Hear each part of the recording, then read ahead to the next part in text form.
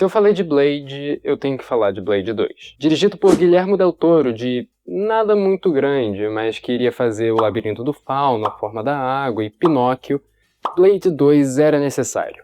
Já que a New Line Cinema tinha ganhado uma grana com o primeiro filme, era inevitável arriscar uma continuação. Depois de 4 anos, recebemos a sequência do primeiro terror da Marvel, onde vamos ter vampiros mais vilanescos, mais fortes, mais poderosos, mais mentirada e o Daryl de The Walking Dead. Eu sou Anakin, você tá no maravilhoso Cena por Cena, e hoje eu vou te contar a história de Blade 2 enquanto a gente analisa um pouco do que tem de bom e ruim no filme.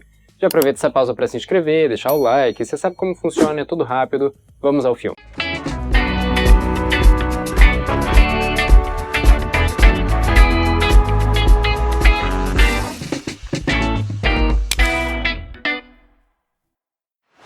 Já começa naquele tom mais sombrio que a gente gosta de ver nos filmes do Blade. Um esquisito vai até um ponto que parece tipo uma clínica de doação de sangue ilegal, e na sua vez de ser atendido, os supostos médicos são vampiros. Mas em vez de ele ser atacado, ele começa a atacar todo mundo porque, na verdade, ele é um super mega ultra blaster vampiro de boca gigante que mata todo mundo numa sequência bem violenta. Inclusive ele é Noma, que ele vai ser um dos vilões. O filme corta para o caçador de vampiros exercendo seu cargo enquanto nos relembra um pouco do personagem.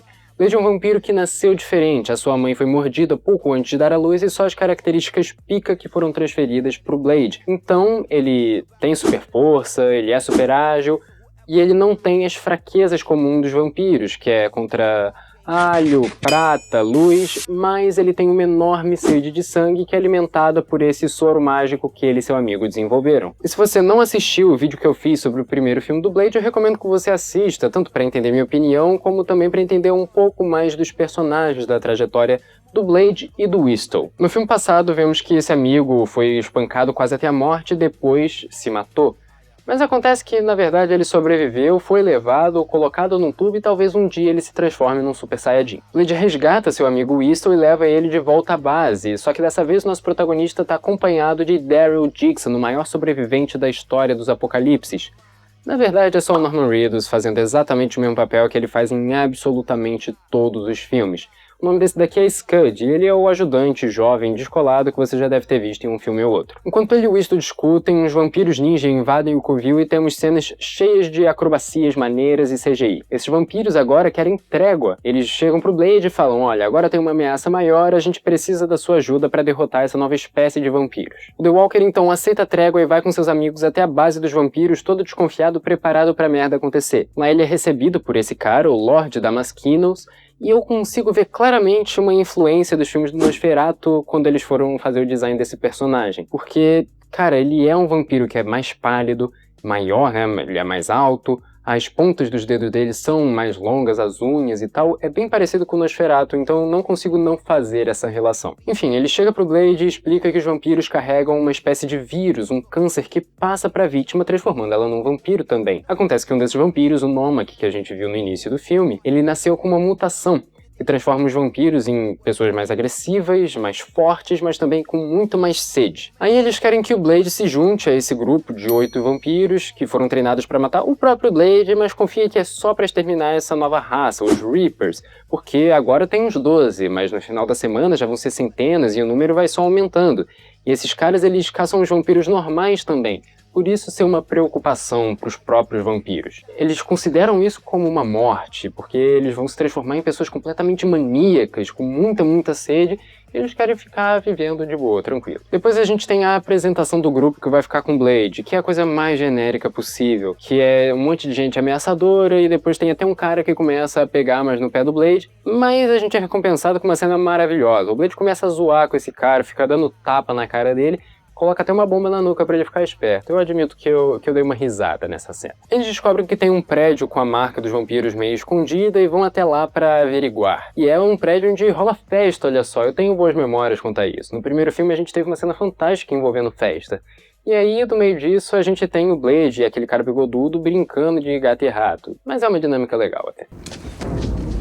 Better curb that dog of yours and we'll do it for you. Keep pushing, asshole.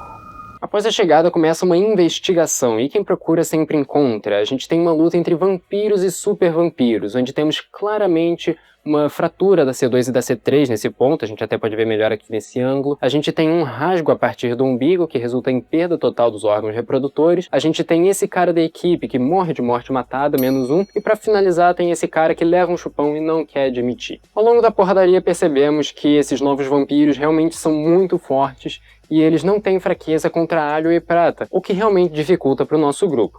E enquanto tudo isso está acontecendo, o nosso amigo Whistle descobre esse brabo vampiro que acaba com a mão presa numa espécie de bueiro. E aí, enquanto o grupo chega, né, depois de toda aquela luta, eles chegam lá e o vampiro tá lá com a mão presa, reclamando, com muita sede, então ele mal consegue se mexer, e eles ficam lá. Interessante, pode ser que tenha uma sociedade inteira desses vampiros morando debaixo do esgoto. Temos que voltar aqui depois. Corta para aquele líder dos vampiros, o Damaskinos, que tá conversando com o mordomo dele, e a gente consegue perceber que o Blade está sendo manipulado para alguma coisa em específico. E o cara também chega a mencionar um infiltrado que tá ali no meio do grupo e tá falando para ele que tá tudo correndo como planejado. Um pouco suspeito, vamos reter essa informação. E depois disso a gente tem aquela cena maravilhosa do cara entrando numa espécie de piscina de sangue. Voltamos ao grupo dos mocinhos e vemos que eles realmente precisam um pouco mais de preparo para enfrentar esses bichos de novo, já que a primeira batalha não foi fácil. Eles começam a explorar o corpo dos Reapers numa cena que é um esculacho de efeitos práticos. Me arrisco a dizer até que é no nível da franquia Alien isso daqui. Eles ficam explorando esse corpo para ver se eles encontram alguma coisa diferente na anatomia dele. Às vezes eles descobrem uma nova fraqueza que pode ser útil. Isso tudo não dá em absolutamente nada, mas o Blade fala que eles vão caçar os caras de dia porque seria mais fácil pra ele. Corta pro Scud e pro Whistle conversando, onde a gente descobre como o Blade e o jovem se conheceram. O rapaz estava acampando com duas mulheres que ele tinha conhecido, até que elas começam a tentar comer ele em vez do contrário.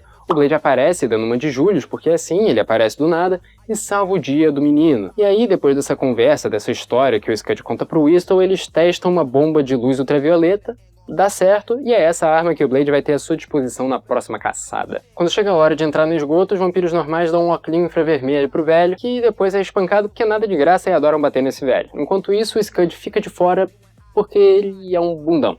Lembra do cara que levou um chupão e não contou pra ninguém? Acontece que não demora muito até ele se transformar, e aí a namoradinha dele olha pra aquilo, não quer matar ele, acaba tentando fugir, mas mata os dois. -2. Blade e os vampiros ninja continuam explorando o local até que eles encontram vários esqueletos e água. Era de se esperar que uns bichos iam surgir ali do nada e atacar o grupo. É o que acontece. -1. No meio do desespero, Blade manda a Nissa, essa mulher aqui, correr pra ele conseguir ativar uma bomba de luz ultravioleta pra matar vários dos Reapers que estavam lá. Ele consegue e é uma ceninha legal até. Aparecem uns bichos atrás do cara que tava maltratando o velhinho e ele acaba morrendo, -1. E agora é loucura, vários bichos começam a aparecer, começam a encurralar os heróis, mas aí Blade ativa uma caixa cheia daquelas bombas de luz ultravioleta e que acaba matando todo mundo, ou pelo menos boa parte dos Reapers. Enquanto isso acontece, o cara lá do início do filme, o Nomak, surge e dá um anelzinho pro Whistle, e ele fala uns negócios lá no ouvido dele, sussurra. É bom camarada o cara, mas sei lá, tirem suas próprias conclusões, eu acho meio esquisito. Voltando ao grupo que importa, Blade vê que a Nissa tá ferida e ajuda ela, dá um pouco de sangue pra ela conseguir sobreviver, até que, de repente, ele é eletrocutado pelo mordomo da Mosquitos e o bigodudo da equipe que tava do lado. Não tá entendendo nada do que tá acontecendo? É normal, cara, tem coisa aqui que não tem sentido. Por quê? Vamos lá. A gente tem novos vampiros, que são mais fortes, são mais resistentes, são mais maneiros, e você acha que tem algum sentido nos vampiros normais não quererem se transformar nisso para ficar mais resistentes, mais fortes, mais maneiros? Não tem sentido, é claro que tinha algo por trás. Você pode pensar que o roteiro é muito inteligente por te enganar por um tempo em algo que, se você prestasse muita atenção, conseguia desvendar, conseguia descobrir ali o que estava acontecendo. Achou errado, otário? Depois de Blade e Whistle serem eletrocutados, corta a cena pra Nissa já na casa, do lado do Damaskinos, que inclusive é pai dela, e isso já é deixado bem claro no filme desde o início, e a gente vê que ela tem um anel igual ao que o Whistle recebeu do Nomak. E aí você já começa a estranhar a parada. Depois a gente vê que Scud, Whistle e o Blade estão numa espécie de câmara sem ter como fugir. O Damaskinos chega e começa a contar tudo o que está acontecendo e o plano dele, como um bom vilão genérico. Ele conta que os Reapers não são realmente uma mutação, na verdade eles são uma invenção, uma criação. Damaskinos está pegando em fetos baseados no DNA dele e está tentando chegar numa espécie de vampiros que é perfeita, quase como o Blade, o Daywalker. E isso tudo acaba fazendo o do Nomak filho do Damaskinos, e o infiltrado que o Damaskinos tinha falado mais cedo era o Scud. Todas as peças se encaixam? Sim, mas por que o raio dos vampiros normais não aceitam ser mais forte? Tem uns ali que até têm princípios, como é o caso da Nyssa, que eu nasci vampiro, eu quero morrer assim e tal. Aí tudo bem, mas tem gente ali que não tem esse tipo de princípio, cara. Eles lutam contra os vampiros mais fortes, com sangue nos olhos e faca nos dentes, o que não tem muito sentido, porque eles serem mais fortes traria completamente uma vantagem para eles. Não acho que tenha sentido isso. Os Reapers substituem uma raça de vampiros mais fraca, e no futuro, quando tiver vampiros mais desenvolvidos, que o Damaskinos queria, eles substituem os Reapers. Não tem por que não ser assim, mas, enfim, furo de roteiro ou falta de explicação. Vamos continuar. Scud tinha enganado o Blade quanto àquela bomba que o cara colocou na nuca do Bigodudo.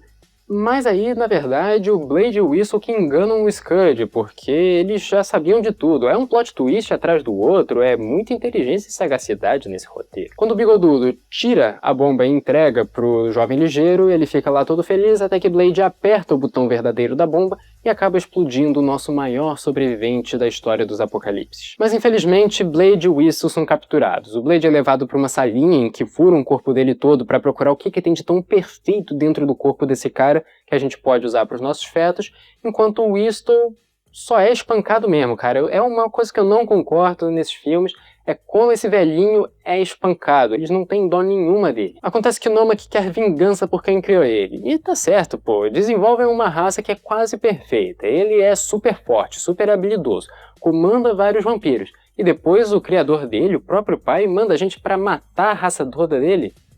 Isso daqui já virou uma guerra, pô. E aí ele invade a base dos vampiros que a gente estava vendo, começa a ir atrás de todo mundo, mata gente pra caramba, e extrai um monte de gente quando tu vai ver o Whistle que tá dando porrada no Bigodudo. A idade chega, mas pelo visto isso não significa nada. O nosso querido velhinho, inclusive, vai até a salinha onde o Blade tá, liberta ele, e logo depois a gente vê o caçador de vampiros se jogando numa piscina de sangue para conseguir recuperar suas forças. Ele volta mais forte do que nunca, luta karatê com altos figurantes e depois parte o Bigodudo ao meio numa cena que é muito ridícula. Enquanto isso, o Whistle tá lá matando todos os embriões vampirinhos. O nome que chega até seu pai, o Denamanamasquito, é difícil o nome dele. O que importa é que ele abraça o próprio pai e depois mata ele. Logo em seguida, a gente tem a Nyssa abrindo assim o peito e fala assim: não, me morde, me mata.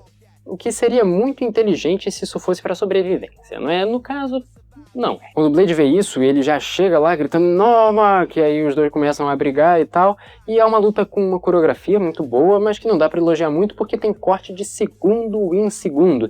E tem também um CGI bem ruinzinho, mas que, sinceramente, não chega a me incomodar muito. Ele até é bem disfarçado. Como já era previsível, o Blade ganha a luta. E lembra daquela cena que eu falei que era inútil, mas muito boa, dos caras explorando o corpo de um Reaper? Então, acaba que na verdade ela é sim importante para no finalzinho o Blade acertar um ponto crítico do corpo do Nomak, o que pelo visto serve de desculpa para ele morrer que nem uma lâmpada. Nyssa, nos seus últimos suspiros, pede para que Blade fique do lado dela para assistir ao nascer do sol, e aí você sabe que ela vai morrer, o que transforma a cena numa cena muito poética, né?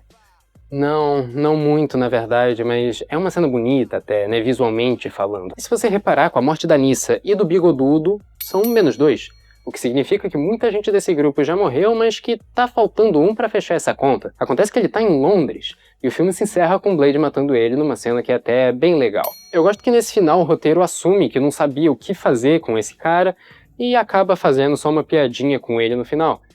É melhor do que dar cenas ruins pra ele, mas eles deram cenas ruins pra todo mundo, então não ficaria muito diferente. Olhando pra tudo que eu tive falando até agora, eu percebo que esse é um filme pior que o outro, cara. A fotografia tem um momento ou outro que tenta brilhar, mas ainda é pior do que o primeiro. Não acho que a direção do Guillermo del Toro seja motivo de orgulho pra Marvel, nem pra essa trilogia, porque ele estava muito no início da carreira ainda, não foi algo exatamente muito bom. E por incrível que pareça, há atuações ruins no filme, mas eu acho que é tudo culpa da direção, porque sei lá, cara, eu olho pra eles e eu consigo perceber que eles conseguem atuar melhor do que aquilo, sabe? Eu acho que realmente é um ponto negativo da parte da direção, todas as expressões, todos os diálogos, todas as reações dos personagens. E o meu grande problema é justamente com isso, que faz alguns momentos no filme serem tão vergonhosos. E pulando até pra roteiro, nem decente, sabe? É quase. Sinto que tem uma história boa, uma estrutura interessante por trás. Toda essa história do Damaskino ser tipo um líder dos vampiros que tá tentando criar uma espécie perfeita e ele tem inveja do Blade e ele captura pra conseguir tirar o DNA dele. Eu acho isso tudo muito interessante, mas os detalhes depois são muito ruins. E isso significa que o argumento do filme é bom, o roteiro não.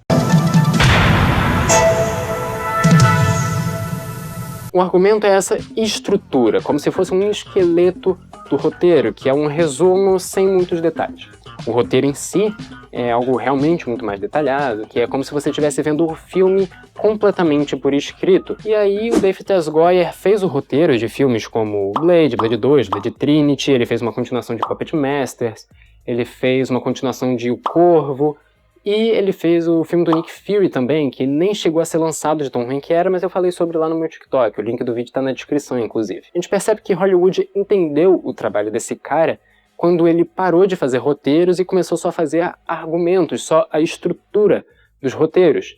E ele venceu na vida assim, cara. Ele fez o Batman do Nolan, ele fez Batman Begins, fez o Cavaleiro das Trevas, fez o Cavaleiro das Trevas Ressurge, depois ele foi fazer o Homem de Aço, que eu considero que sofre um pouco desse problema que o Blade 2 tem, e é bom que Hollywood deixou ele assim mesmo, só escrevendo argumento, porque quando ele voltou a escrever roteiro, ele fez Batman vs Superman. Ainda um pouco na parte técnica, eu quero elogiar de novo os efeitos práticos do filme. Cara, é o corpo dos Reapers, dos vampiros, os detalhes de maquiagem, de cenários, que às vezes não significam algo muito importante, não contam uma história, mas eles contribuem para a sua experiência ser mais imersiva. Você inconscientemente gosta mais de uma cena mais sombria. Esse filme é bom em te dar atmosferas diferentes através dos efeitos práticos e de cenários, de iluminação. Isso sim é legal, eu gosto dessa parte do filme. Eu acho que esse é um dos motivos pelo qual as pessoas nem acham esse filme do Blade tão terrível. Algumas pessoas até gostam bastante.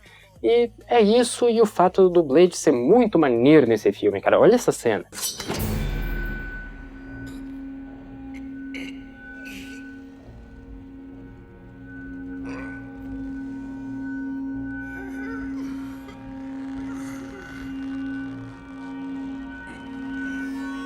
Dito isso, as músicas pioraram em relação ao primeiro filme, os personagens são muito mais sensual, eu não consigo me importar com a morte de absolutamente ninguém, e ainda nessa parte de personagens tem algo que eu não contei pra vocês sobre esse filme. O Weasel, o nosso querido velhinho, ele é um vampiro. No primeiro filme, depois dele ter sido espancado, pelo visto ele também foi mordido e a gente entende que ele tira a própria vida. Mas nesse filme a gente descobre que ele sobreviveu, o Blade conseguiu a localização dele, sabe-se lá como, ele simplesmente conseguiu, e dá uma vacina pro Weasel e desde aí ele fica bem.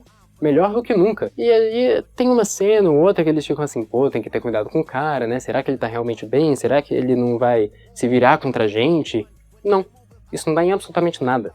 Nada! Eu acho impressionante como os personagens desse filme, todos os diálogos que envolvem eles são péssimos. Todas as relações de personagens são completamente terríveis. Não tem profundidade, não tem coração, e ainda por cima são poucas as partes técnicas que tentam salvar o filme. Então se fosse pra dar uma nota pra Blade 2, eu daria provavelmente ali entre um 3 e um 5. O filme ainda consegue me entreter bem de vez em quando. E eu quero saber mesmo o que você que tá assistindo acha. Escreve nos comentários o que você acha de Blade 2. Você discorda da minha opinião? Acha que o filme é bom, que tem qualidade? Você gosta do roteiro desse filme? Me explica, cara, o que você acha? Blade 2 custou 54 milhões de doletas, mais do que o primeiro, inclusive, e fez 155 milhões de dólares nas bilheterias mundiais, mais do que o primeiro também. E, se teve lucro, já sabe, né? Vai ter mais um. Então a gente tem esse encerramento da trilogia, eu vou falar sobre o terceiro filme, mas pra você ver esse vídeo você tem que se inscrever e ativar as notificações, senão não recebe o vídeo, cara. O YouTube funciona assim. E se você quiser saber um pouco mais das minhas opiniões sobre filmes, sobre série, me segue no TikTok, no Letterboxd, enfim, tudo tá aí na descrição. Vai aí, vê o que te interessa e me segue em tudo até se for possível. Se você fizer isso, cara, vai me incentivar a continuar me caracterizando assim pra mais vídeos, é algo que eu até gosto bastante de fazer. Então, por favor, faça tudo isso. Obrigado por assistir até aqui e tchau!